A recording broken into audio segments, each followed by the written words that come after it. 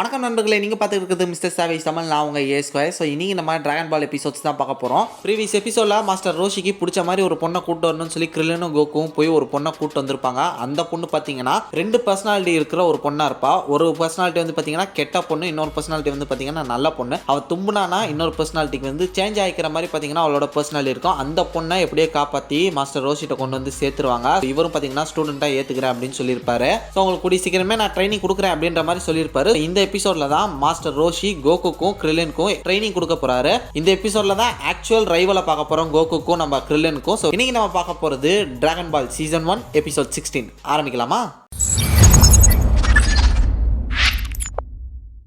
இந்த எபிசோட் எங்கேருந்து ஸ்டார்ட் ஆகுதுன்னு பார்த்தீங்கன்னா, மாஸ்டர் ரோஷி அந்த வீட்டுக்கு வெளியே வந்து இங்கேருந்து நம்ம கிளம்ப போகிறோம், உங்களுக்கு நிறைய ட்ரைனிங் நான் கொடுக்க போகிறேன் அப்படின்ற மாதிரி சொல்லி அவங்க கிளம்புறாங்க. அப்போ அவரோட வீடே வந்து பார்த்தீங்கன்னா ஒரு டைனோ கேப்சூலாக அவர் மாற்றிக்கிறாரு. இவங்களுக்கு ட்ரைனிங் கொடுக்கறதுக்காக ஒரு பெரிய ஐலண்டை நோக்கி இவங்க கிளம்புறாங்க. அப்போ நம்ம கோகு சொல்கிறாரு, மாஸ்டர் ரோஷி ஃப்ளைங் நிம்பஸில் எப்படி நம்ம எல்லாருமே போகிறது முடியவே முடியாது அப்படின்னும் போது இருப்பா அப்படின்னு சொல்லி இன்னொரு டைனோ கேப்சூல் அமுக்கி கடலில் தூக்கி போகிறாரு. பார்த்தா அது ஒரு பெரிய போட்டாக மாறி நிற்குது. அதில் எல்லாரும் ஏறி மாஸ்டர் ரோஷி இப்போ கிளம்பலாமா அப்படின்னு சொல்லிட்டு கிளம்புறாரு. கப்பலில் வந்துட்டு இருக்கும்போதே மாஸ்டர் ரோஷி அந்த பொண்ணை பார்த்து சொல்கிறாரு, தயவு செஞ்சு இன்னொரு தடவை தும்பிராதமா அப்படின்னு சொல்லிட்டு போகுது. நான் அதுக்கு ட்ரை பண்ணுறேன், நான் தும்ப மாட்டேன் அப்படின்ற மாதிரி அந்த பொண்ணு சொல்கிறா. ஏன்னா அதான் தும்முனா அந்நியனா மாறிடுறாளே, அதனால நம்ம மாஸ்டர் ரோஷிக்கு அந்த ஒரு இதை பார்த்தே பயந்துட்டாரு. இங்கே பின்னாடி கிரில்லன் கோகுவும் வந்து பார்த்தீங்கன்னா ட்ரைனிங் என்ன விதமாக கொடுக்க போறா அப்படின்னு சொல்லி அந்த ஆர்வத்திலேயே அந்த போட்டில் வந்துகிட்டு இருக்காங்க. கட் பண்ணால் இங்கே இவங்க ஒரு பெரிய தீவுக்கு வந்துடுறாங்க. அங்கே வந்து மாஸ்டர் ரோஷி அங்கே ஒரு டைனோ கேப்சூலை போட்டு அவரோட வீடை மறுபடியும் கொண்டு வராரு. நம்ம நைட்டு சாப்பிட்றதுக்கு முன்னாடியே பார்த்தீங்கன்னா நம்ம ஒரு சில லெசன்ஸ் வந்து கற்றுக்கலாம் அப்படின்ற மாதிரி கிரில்லன்ட்ட சொல்கிறாரு. அப்போ ஹே கோகு எங்க அப்படின்னு கேட்கும்போது எனக்கு ஞாபகம் வந்துச்சு, அவன் அப்பவே ஃப்ளைங் நிம்பஸில் ஏறி இந்த ஒரு தீவை சுற்றி பார்க்க போயிட்டான் அப்படின்னு சொல்லும்போது இங்கே நம்ம கோகு ஃப்ளைங் நிம்பஸில் செம்ம ஸ்பீடாக பறந்துக்கிட்டு அந்த மொத்த ஐலாண்டையும் வந்து பார்த்தீங்கன்னா சுற்றி பார்த்துக்கிட்டு இருக்காரு. நம்ம கோகு செம்மையாக ஃப்ளைங் நிம்பஸில் என்ஜாய் பண்ணிட்டு தண்ணியில் சறுக்கிறது, மலை ஏறுறது, இந்த மாதிரி எல்லாத்தையும் சுற்றி பார்த்துக்கிட்டு இருக்காரு. செம்ம ஃபாஸ்ட்டாக இங்கே மறுபடியும் அவங்க வீட்டுக்கே வந்து மாஸ்டர் ரோஷி அங்கே நிறைய பேர் இருக்காங்க அப்படின்னு சொல்லும்போது அங்கே ஒரு 300 பேர் இருக்காங்க, அவங்க தங்கிட்டு தான் இருப்பாங்க, இங்கெல்லாம் வந்து நம்மள ஒன்றும் டிஸ்டர்ப்லாம் பண்ண மாட்டாங்க அப்படின்னு சொல்கிறாப்ல. சரி ஓகே நம்ம லெசன்ஸை ஸ்டார்ட் பண்ணலாமா அப்படின்னு சொல்லும்போது ஐயோ நான் ரெடி மாஸ்டர் அப்படின்ற மாதிரி சொல்லி இவங்க ரெண்டு பேரும் நின்றுக்கிட்டு இருக்காங்க. நம்ம கோகு வந்து பார்த்தீங்கன்னா எக்ஸசைஸ்லாம் பண்ணுற மாதிரி பண்ணிக்கிட்டு எப்போ பண்ண போகிறோம் அப்படின்னு சொல்லிட்டு ஒரு ஆர்வமாக நின்றுட்டு இருக்காரு. கிரில்லன் இதை பார்த்து யாரா அவன் லூஸ் மாதிரி பண்ணிட்டு இருக்கா அப்படின்னு சொல்லிட்டு சொல்கிறாரு. இதை பார்த்து அந்த பொண்ணு பார்த்தீங்கன்னா எனக்கும் ட்ரைனிங் தருவீங்களா அப்படின்னு கேட்க, ஐயோ உனக்கெல்லாம் ட்ரைனிங் வேணாமா, நீ நல்லா தான் இருக்கு அப்படின்ற மாதிரி நம்ம மாஸ்டர் ரோஷி சொல்லி சமாளிக்கிறாரு. நீ இந்த மிஷின் கண்ணை வச்சுக்கிட்டே ஒன்று செஞ்சியே அப்படின்னு சொல்லிட்டு அதை இது பண்ணிட்டு இருக்கும்போது பார்த்தீங்கன்னா கரெக்டாக இவன் வந்து தும்மா வரா. இதை பார்த்தோன்னே எல்லாருமே பயந்துட்டு மறுபடியும் ஒரு கல்லுக்கு பின்னாடி போய் ஒழிஞ்சுக்கிறாங்க. ஐயோ தும்ம போறான்னு பார்த்தா அவர் கொட்டாய் விடுறா. ஷை அவள் கொஞ்ச நேரம் கொட்டாய் தான் ஊற்ற, தும்பிட்டாலும் நினச்சி பயந்துட்டா அப்படின்னு சொல்லிட்டு எல்லாரும் சொல்கிறாங்க. உடனே மாஸ்டர் ரோஷி சொல்கிறாரு, ஏ கிரில்லன் பயப்படக்கூடாது, நம்ம பயந்தோன்னா அப்புறம் எப்படி அப்படின்னு சொல்லிருக்கும்போது சாரி மாஸ்டர் ரோஷி நான் பயந்துட்டேன், இனிமேல் நான் உங்களை மாதிரி இருக்க ட்ரை பண்ணுறேன் அப்படின்ற மாதிரி கிரில்லன் வந்து சமாளிக்கிறான். சரி ஓகே பசங்களா, உங்களுக்கு நான் ட்ரைனிங் கொடுக்கணும்னா முதல்ல நீங்கள் எந்த அளவு வந்து தேர்ச்சி பெற்றிருக்கீங்கன்றதை நான் தெரிஞ்சுக்கணும். ஏய் உனக்கு சண்டை போட தெரியுமா அப்படின்ற மாதிரி கிரில்லன்ட்டு கேட்க, ஆமாம் எனக்கு தெரியும், நான் வந்து மேஜிக் ஆரஞ்சு டெம்பிளில் ஒரு 8 வயசு வரையும் பார்த்தீங்கன்னா ட்ரைனிங் எடுத்திருக்கேன் மாஸ்டர் ரோஷி அப்படின்னு சொல்ல, அப்பாடி நல்லதா போச்சு, அப்போ உனக்கு முக்கியமான விஷயங்கள் நான் சொல்லித்தர தேவையில்ல, ஈஸியாக கற்றுக்குவேன் அப்படின்ற மாதிரி சொல்லிட்டு இருக்கும்போது சரி ஓகே அங்கே பார்த்தீங்களா அந்த இடத்துல இருந்து இந்த இடம் வரையும் வந்து பார்த்தீங்கன்னா கிட்டத்தட்ட ஒரு 100 மீட்டர் இருக்கும். இந்த ஒரு 100 மீட்டரில் நீங்கள் எவ்வளோ சீக்கிரமாக வரீங்க அப்படின்றத இப்போ நம்ம டெஸ்ட் பண்ண போகிறோம். இது கிட்டத்தட்ட ரன்னிங் ரேஸ் மாதிரி அப்படின்னு பார்க்கும்போது ஆமாம் ரன்னிங் ரேஸ் மாதிரி தான். இவங்க எவ்வளோ ஃபாஸ்ட்டாக ஓடுறாங்க, எத்தனை செகண்ட்ஸ்க்கு அப்படின்ற அந்த ஒரு விஷயத்தை வந்து இங்கே நோட் பண்ணுறக்கா மாஸ்டர் ரோஷி உங்களுக்கு அந்த ரேஸை வைக்கிறாரு.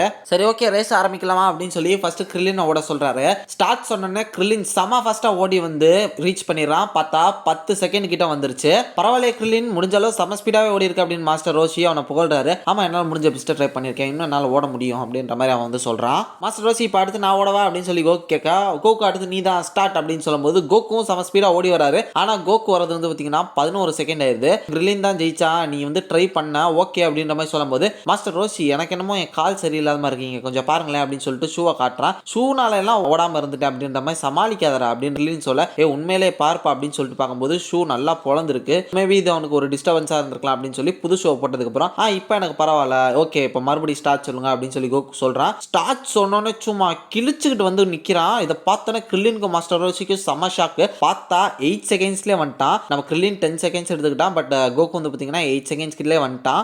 பரவாயில்ல கோகு, நான் நினச்ச விட நீ செம ஃபாஸ்ட்டாக தான் இருக்க, பட் இருந்தாலுமே நீங்கள் இன்னும் கற்றுக்க வேண்டியது நிறையா இருக்குது. ஏன்னா நீங்கள் ஹியூமன் அந்த ஒரு ஸ்பீடை தாண்டி நீங்கள் வந்து ஒரு மார்ஷியல் ஆர்ட்ஸாக மாறினா அதுக்கெல்லாம் பீக்கெல்லாம் ஓப்பன் பண்ணணும் அப்படின்னு சொல்லும்போது இப்போ என்ன எடுத்துங்களேன், இந்த நீ வந்து இந்த ஸ்டாப் வாட்சில் டைமை பாரு, இப்போ நான் ஓடுறேன் அப்படின்ற மாதிரி மாஸ்டர் ரோஷி அவர் உடம்புல இருக்க அந்த ஒரு டர்ட்டில் ஹெல்மெட்டை தூக்கி போட்டுட்டு ரேஸ்க்கு ஓடுறதுக்கு அவர் ரெடி ஆகிறாரு. நல்லா எக்ஸசைஸ்லாம் பண்ணி ஓகே நான் ரெடி தான் அப்படின்னு சொல்லிட்டு ஸ்டார்ட் பண்ணுங்க அப்படின்னு சொல்லும்போது நான் மாஸ்டர் ரோஷி செம்ம ஃபாஸ்ட்டாக வந்து அவங்க முன்னாடி நிற்க இவங்க 2 பேரும் வாயை புழக்கிறாங்க.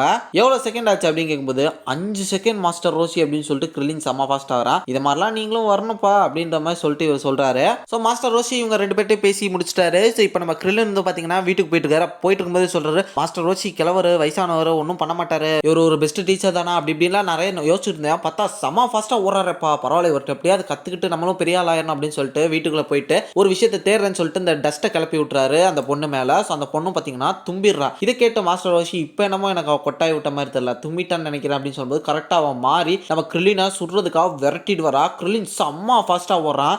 மாஸ்டர் ரோஷி ஒரு ஓரமாக வந்து பார்த்துக்கிட்டு பரவாயில்லையே இப்போ 100 மீட்டர் 8 செகண்ட் ஓடிட்டானே, முன்ன விட இப்போ கொஞ்சம் பெட்டராக இருக்கான் அப்படின்னு சொல்லிட்டு இருக்காப்ல. இங்கே உயிரை கையில் பிடிச்சிட்டு ஓடிட்டு இருக்கேன், இங்கே உட்காந்துட்டு ஸ்டாப் வாட்சில் பார்த்துட்டு இருக்கேன். இந்த ஆள் வேற தெரிச்சு போய் அங்கே நின்றுட்டு இருக்கான். அப்போ கரெக்டாக அந்த பொண்ணு மறுபடியும் தும்பிடுறா. ஸோ பார்த்தா கத்தி எங்கே சொருகி இருக்கு பாருங்க, ஜஸ்ட் மிஸ் தான். கொஞ்ச நேரம் அவள் தும்மாமல் இருந்திருந்தா பையில முடிச்சிருப்பான் அந்த பொண்ணு. கத்தியை கையில் கொடுத்து கிச்சனில் காய்கறி வெட்ட சொன்னா இந்நேரம் என்னென்னத்தையோ வெட்டியிருப்பா. Just மிஸ்ல ghrelin தப்பிச்சான். ஸோ அங்கே கட் பண்ணா இங்கே ஈவினிங் ஆயிடுச்சு, சன்செட் வந்துருச்சு. இப்போ மாஸ்டர் ரோஷி இவங்க 2 பேர்ட்டையும் பேசிட்டு இருக்கும்போது ஓகே அந்த ரன்னிங் டெஸ்ட் நல்லா பண்ணீங்க, இப்போ அடுத்து உங்களுக்கு இன்னொரு டெஸ்ட் ஒன்று வைக்க போறேன் அப்படின்ற மாதிரி சொல்லிட்டு ஒரு கல் எடுக்கிறாரு. கல் எடுத்து அதில் எழுதுறாரு, இது நீங்கள் இப்போ சாப்பிட போறீங்களா அப்படின்னு சொல்லும்போது இருப்பா அப்படின்னு சொல்லிட்டு அதில் எழுதி அதை நல்லா பார்த்துங்க அப்படின்னு சொல்லிட்டு காமிக்கிறாப்புல. ஸோ அதை இவங்களும் பார்த்துறாங்க. பார்த்துட்டு தூக்கி எறிகிறார் செம்ம ஃபாஸ்ட்டா. ஓ தூக்கி எறிகிறது தான் போட்டி அப்படின்னு சொல்லும்போது தூக்கி எறியதெல்லாம் போட்டி இல்லை தம்பி, இப்போ நான் வச்சிருந்த கல்லை நீங்கள் நல்லா பார்த்துக்கிட்டீங்களா, அந்த கல்லை நீங்கள் எனக்கு இந்த எடுத்துகிட்டு வந்து தரீங்க அப்படின்னு சொல்லும்போது மாஸ்டர் ரோஷி என்ன சொல்கிறீங்க, அதுவும் அரை மணி நேரத்தில் எடுத்துகிட்டு வரீங்க, அப்படி எடுத்துகிட்டு வந்தால் இன்னைக்கு நைட்டு என் கூட உட்காந்து சாப்பிடுவீங்க, இல்லை பட்னியா கடங்கடா அப்படின்றாரு. இதை பார்த்தோன்னே 2 பேருக்கு செம்ம ஷாக்கு. போய் டக்குன்னு எடுத்துருவாங்க அப்படின்ற மாதிரி நம்ம மாஸ்டர் ரோஷி சொல்லிட்டு கிளம்புறாப்புல. இங்கே கிரில்லினும் கோக்கும் செம்ம ஃபாஸ்ட்டாக ஓடி வந்து அந்த மலை உச்சியில் வந்து நிற்கிறாங்க. கீழே பார்த்தா பள்ளத்தாக்கு ஆழமாக போகுது. இதை பார்த்து கிரில்லின் நடுங்கிட்டு இருக்காப்புல. கோகோவே போடாடே அப்படின்னு சொல்லிட்டு செம்மையாக ஒரு ஜம்ப் அடிக்கிறாப்புல. இதை பார்த்து கிரில்லின் நீ மனுஷனா என்னடா குதிச்சிட்ட அப்படின்ற மாதிரி சொல்லிட்டு மிரண்டு போய் பார்த்துட்டு இருக்காப்புல. ஸோ நம்ம கோகு கீழே போய் ஒரு கிளைய பிடிச்சி எப்படியோ கீழே வந்து அடிப்பட்டாலும் சரி இறங்கிட்டாரு. நம்ம கிரில்லின் இறங்காமல் பயந்துகிட்டு இருக்காரு.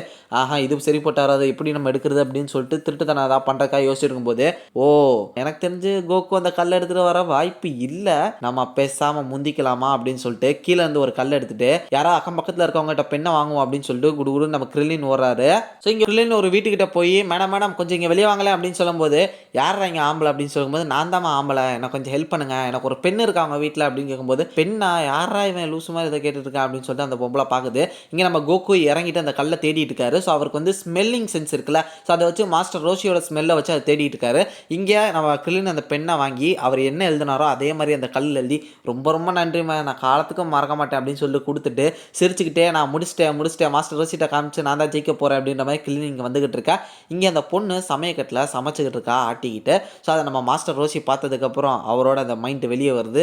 ஸோ பொறுமையாக அந்த பொண்ணு கிட்ட போய் அந்த பொண்ணத்தோட ட்ரை பண்ணும்போது கரெக்டாக கிரில்லின் மாஸ்டர் ரோஷி அப்படின்னு சொல்லிட்டு நிற்க இவர் கீழே உழுகிறாரு. கரெக்டாக அந்த பொண்ணு மாஸ்டர் ரோஷி மூஞ்சி முன்னாடி கத்தியை வைக்க இவர் ஜம்ப் பண்ணி டைனிங் டேபிளை உடச்சிட்டு கீழே உழுகிறாரு. ஸோ உடனடியாக கிரில்லினை கூப்பிட்டுக்கிட்டு போய் என்னடா எதுக்குடா வந்து அப்படின்னும் போது மாஸ்டர் ரோஷி இங்கே பாருங்க நான் தான் ஃபஸ்ட்டு கண்டுபிடிச்சேன். ஓ சூப்பர் கூடு அப்படின்னு சொல்லிட்டு பார்க்குறாரு. அதை நல்லா ஒத்து பார்க்குறாரு. கல்லை தூக்கி அந்த மொட்டை மண்டையில ஒரு போடு அமுல் பேபி மண்டை நல்லா வீங்கி போச்சு. ஏண்டா டேய் என் கையெழுத்து எனக்கு தெரியாதா, திருட்டுத்தனம் பண்ணுறியா, ஒழுங்கு மாதிரியே ஓடிடு இல்லை அப்படின்னு சொல்லிட்டு கத்துறாரு. நாசமாக போச்சு இந்த ஆளை ஏமாற்ற முடியாது போல, இப்போ அதே கல்லை தான் தேடணும் அப்படின்னு சொல்லிட்டு கிரில்லின் செம ஃபாஸ்ட்டாக ஓடி வந்து அந்த இடத்துல இறங்கி தேடிட்டு இருக்காரு. கிரில்லின் காட்டுக்குள்ளே தேடிட்டு இருக்கும்போது ஒரு புலி அவரை டக்குன்னு கடிக்க வர ஜம்ப் அடிச்சு இந்த புலியோட கல்தாமட்லேயே ஒரு போடுறாரு. ஜஸ்ட் மிஸ் கடிச்சிருக்க நேரத்துக்கு அப்படின்னு சொல்லிட்டு பார்த்துட்டு இருக்கும்போது பின்னாடி ஏதோ ஒரு சவுண்ட் கேட்டு இருக்கு. பார்த்தா நம்ம கோகு நான் கண்டுபிடிச்சிட்டேன் அப்படின்னு கத்திக்கிட்டு இருக்காப்ல. ஸோ நம்ம கிரில்லின் ஒன்னடியாக பார்க்குறாரு. இதை தான் நீ மாஸ்டர் ரோஷியோடதுன்னு எப்படி சொல்கிறா, எனக்கு இதில் தான் அவரோட ஸ்மெல் வருது அப்படின்னும் போது ஏய் இது அது அறுக்கிறதுக்கு சான்ஸ் இல்லை, எங்க கூட நான் பார்க்குறேன் அப்படின்ற மாதிரி சொல்லிட்டு டக்குன்னு அதை எடுத்துகிட்டு ஓட ஆரம்பிச்சிட்டாரு. கிரில்லின் ஒழுங்குமுறையாக எனக்கு கூட அதை நான் எடுத்தது அப்படின்னு சொல்லிட்டு நம்ம கோகு அவரோ விரட்டிட்டு ஓடிட்டு இருக்காங்க. கிரில்லின் வந்து மறுபடியும் தில்லாலங்கடி வேலை பண்ணிட்டு இருக்கான். அந்த பாலத்தில் செம ஃபாஸ்ட்டாக ஓடிட்டு அந்த பாலத்தோட மறுபக்கத்தை உடச்சி விட்றான். நம்ம கோகு கீழே விழுகிறான்.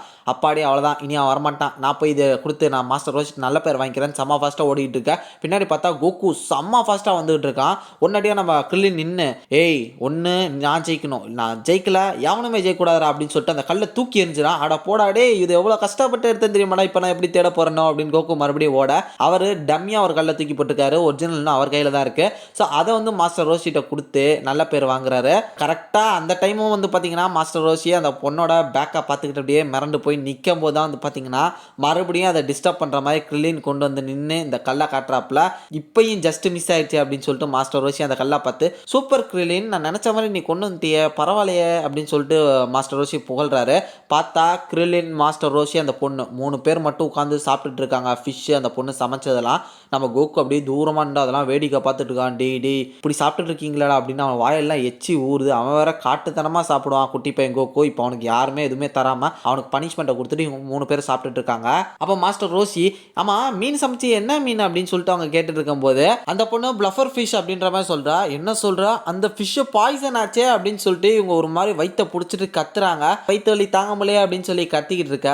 அடுத்த நாள் ஆரம்பிக்குது. ஸோ நம்ம கோகு காலைல விடிஞ்சோடனே கதவை தந்துட்டு செம ஃபஸ்ட்டாக வந்து ஆஹா இது என்ன நாள் அப்படின்னு சொல்லிட்டு அதை பார்த்துட்டு இருக்கும்போது மாஸ்டர் ரோஷி மறுபடியும் ட்ரைனிங் கொடுக்குறீங்களா அப்படின்ற மாதிரி கேட்க, எப்பா நேற்று நைட்டு நான் சாப்பிட்ட சீ ஃபுட்டு என்னை போட்டு படுத்துது, எனக்கு தெரிஞ்சு இன்னைக்கு ட்ரைனிங் நடக்குமா என்னன்னு தெரியல, இன்னைக்கு ரெஸ்ட் தான் அப்படின்னு சொல்லிட்டு சொல்றாரு. ஸோ நம்ம மாஸ்டர் ரோஷி கிரில்லினுக்கும் கோகுக்கும் ட்ரைனிங் கொடுக்க ஸ்டார்ட் பண்ணிட்டாரு. இந்த எபிசோட்ல இப்போ வரையும் இவ்வளோதான் ட்ரைனிங் கொடுக்கப்பட்டிருக்கு இவங்க 2 பேருக்கும். ஸோ அப்கமிங் எபிசோட்ஸ்ல இவங்களோட ட்ரைனிங் எப்படி இருக்கு, இவங்களோட ஃபன் அட்வென்ச்சர்ஸ்லாம் எங்கே போயிட்டு இருக்கு அப்படின்றத பார்க்கலாம். ஸோ அடுத்து டிராகன் பால் எபிசோட் 17 வந்து நாளைக்கு வந்து உங்களை மீட் பண்ணுறேன். அது வரையும் tata bye bye, take care from A Square.